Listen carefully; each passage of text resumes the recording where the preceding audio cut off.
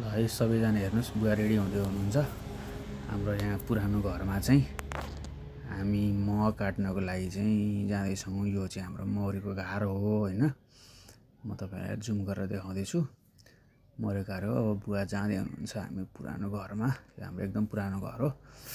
पुर्ख्यौली पुरानो घरमा चाहिँ मौरीहरू आउने जाने क्रम जारी छ। पहिलेदेखिको मौरीको घर हो यो। पहिला हामीले यसरी नै मौरीको घर बनाइन्थ्यो। अब यहाँ बुवा हेर्दै हुनुहुन्छ मौरी कस्ती छ के छ। ओहो, यहाँनिर केले आएर अलिकति खाइदिए जस्तो छ हाम्रो मौरीको घरमा मौरीको चाकालाई। अब यहाँ हेर्नुहोस्, चट्ट लगाएर बुवा हेर्दै हुनुहुन्छ। मौरीको घर हो हाम्रो यो। हामीले यसलाई अलिकति व्यवस्थित बनाएर राखेको थियौँ, तर केले आएर चाहिँ यहाँनिर अलिक तोडफोड गर्दैछ।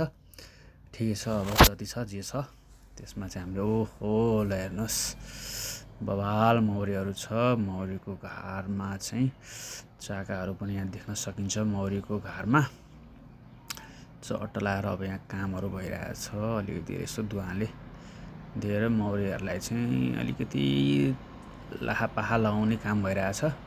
किन भन्दाखेरि चाहिँ अब झ्याप्प काट्ने कुरा भएन होइन। त्यही भएर हामी अलिकति व्यवस्थित तरिकाले चाहिँ हेर्दैछौँ। आहा, यहाँ काटिसकेको अवस्था छ हेर्नुहोस्। अब यो मह चाहिँ बवाल होला जस्तो छ यसपालि पनि।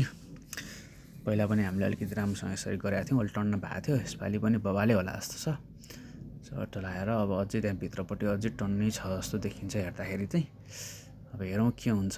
मौरीको घरमा चाहिँ यसरी हामीले चाहिँ मह काट्ने काम गरिरहेछौँ। महको चाका चाहिँ गराएर यसलाई चाहिँ रिफाइन गर्नुपर्छ, मिलाउनुपर्छ। ल है त गाइज।